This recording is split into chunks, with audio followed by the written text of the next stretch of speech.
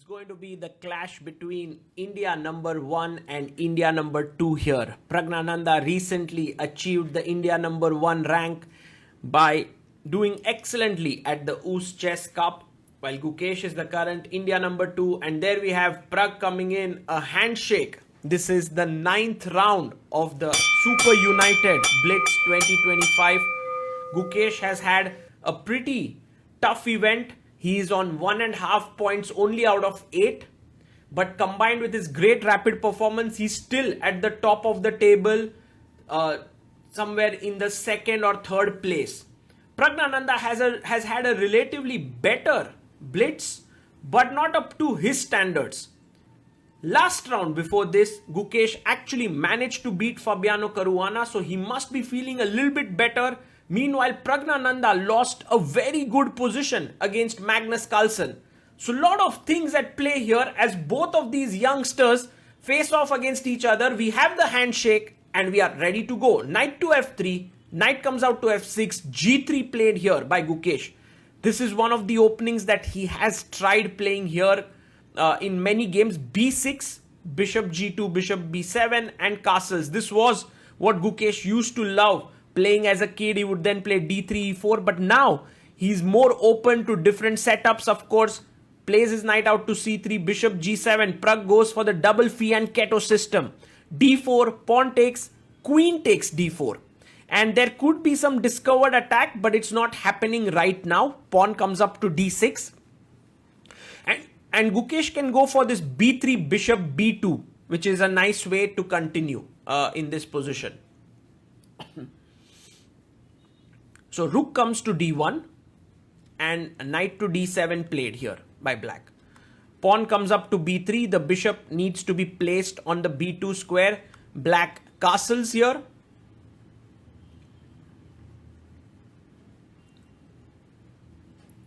And Gukesh is thinking about how he wants to continue bishop b2. White's position looks nice, you know. You can jump in with the knight to d5 at some point. You can play rook c1. You can also think about trading these two bishops. c6 square could get potentially a bit weak. Meanwhile, Praggnanandhaa's position is almost bulletproof. You can see that there are no weaknesses just yet. He goes rook c8, which is a good move. The rook takes the semi-open file. Knight goes back to e1, offering a trade of bishops, which I think Pragg will happily take it. Or maybe he's also thinking about queen c7. That's possible. There's also knight e4 that needs to be considered, unleashing an attack on the queen. But knight e4, just queen goes back to d3. And maybe there could be mass exchanges. Yeah, it's possible. Knight e4, then you take here, then you take here, and then you take here, and suddenly you have 3 pairs of minor pieces traded. And I think Pragg is trying to assess if that is better, or should he directly take on g2? And that requires some bit of calculation. He plays knight e4. The queen comes back to e3. And now I believe there will be some trades. Knight takes c3 is very interesting because you can't really take on b7. Knight d1 attacks the bishop and the queen. So that seems like a good move to make. He plays first bishop c3. Gukesh takes back, knight takes, queen takes, bishop g2, knight takes g2, and now b5. Very nice play by Praggnanandhaa, hitting the c4 pawn. And here you will realize that after b takes c4, taking here is not particularly great because knight e5 and white is left with a weak pawn. But perhaps there's rook d4. Maybe this is how you can go. Oh, there is d5. Oh, there's crazy lines here. But Gukesh, in order to kind of avoid all of this, takes it with the pawn. But look at this pawn. It's weak and isolated, and the square in front of it gets weakened. But white does have something in his favor, and that is a slightly weakened king, which means a knight could potentially jump here. Rook first takes the open file. Knight goes to b6, attacking the c4 pawn, also closing down the b file.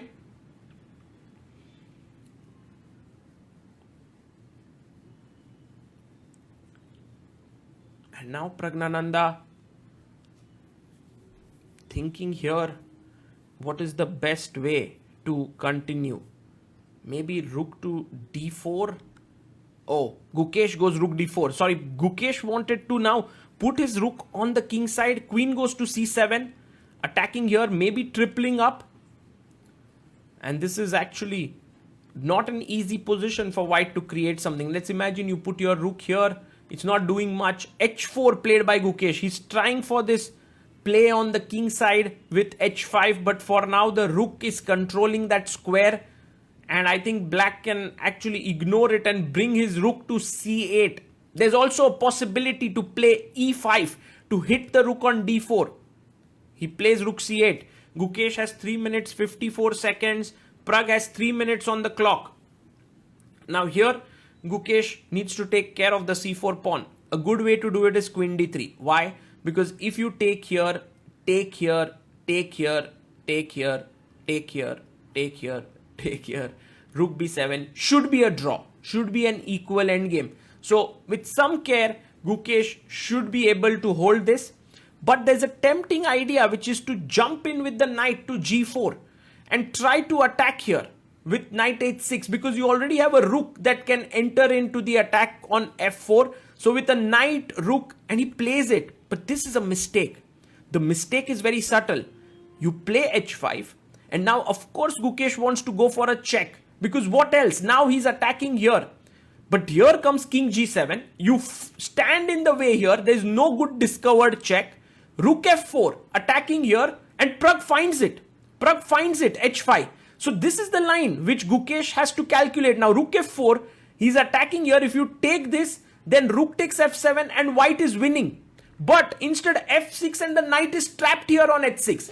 And this I think is a very key point in this entire variation. This knight h6, rook f4, f6. And I think Gukesh is now trying to calculate it out.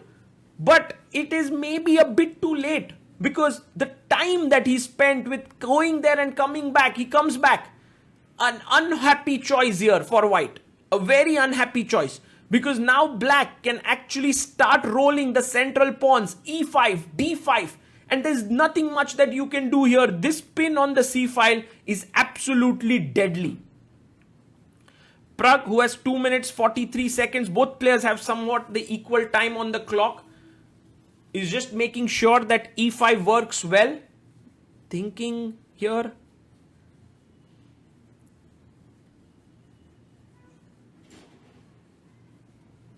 And he goes pawn to e5. He pushes his pawn to e5 here.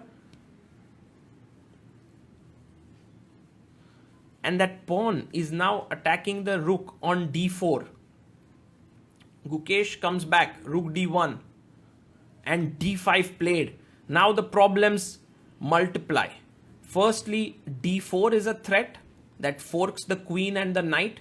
There's also a threat of kind of taking this pawn on c4. So you just can't take on d5, by the way. You take here, I take here, you take here, I simply take, and there's a pin, you lose the queen. So d5 is a very strong move by Praggnanandhaa. And Gukesh is now down to 2 minutes on the clock. He has too many problems here in this position to even try and solve them.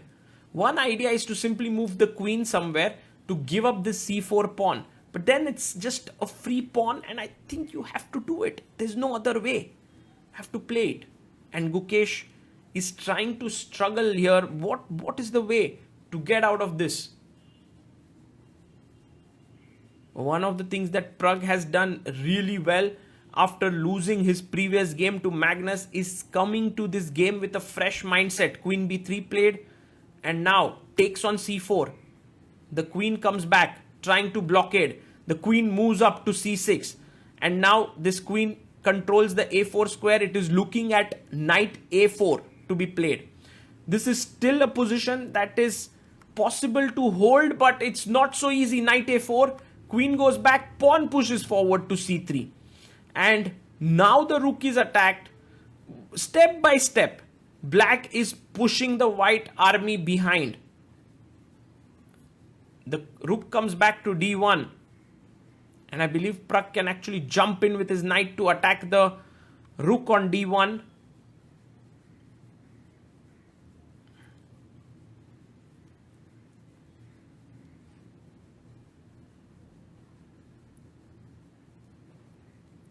So knight jumps to d2, attacking the rook on d1. Rook dc1. The pawn is being put under pressure.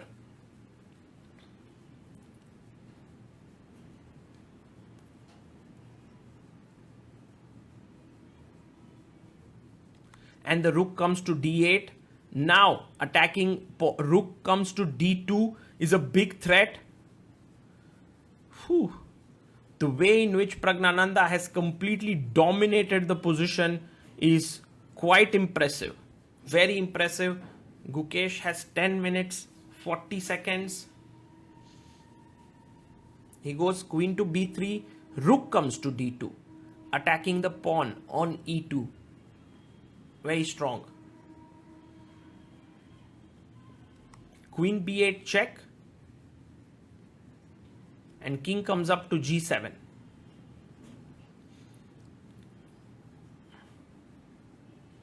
And now rook to e1 played. He's defending the pawn on e2. How does black continue here? c2 played. If you take this, there is c1 queen, so he tries to blockade with his rook.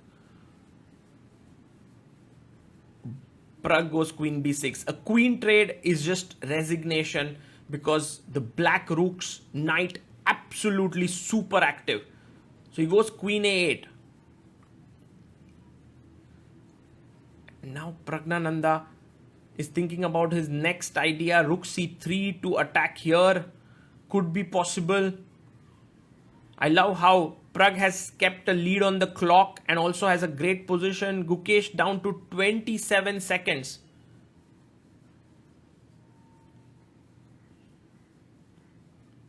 Pragg is super focused here, razor sharp. He's just making sure that he doesn't put a foot wrong.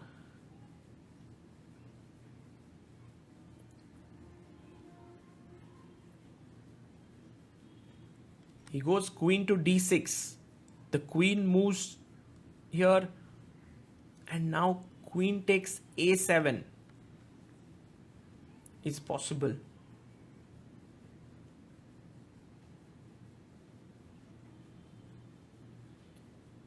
Will he take that pawn? Well, it is risky. He goes queen e4. But I believe Pragg has found a new concept, which is that first trade the queens. He doesn't trade it. But knight to d1 is a very nice move, attacking the knight on e3.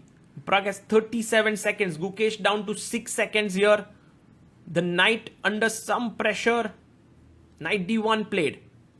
Excellent chess. If you take on d1, I have queen here. He goes queen b3. And now Pragg goes rook to c3. Presses the clock. Knight takes c2. But f2 falls. And Gukesh resigns here. The queen is hanging. It's a check. And Praggnanandhaa scores a very important win for himself here. Gukesh still third place in the tournament with 15.5. Pragg moving upwards is on 13.5 points. It will be another day of Blitz tomorrow with 9 more games to play. But this one was a very well played game by Praggnanandhaa.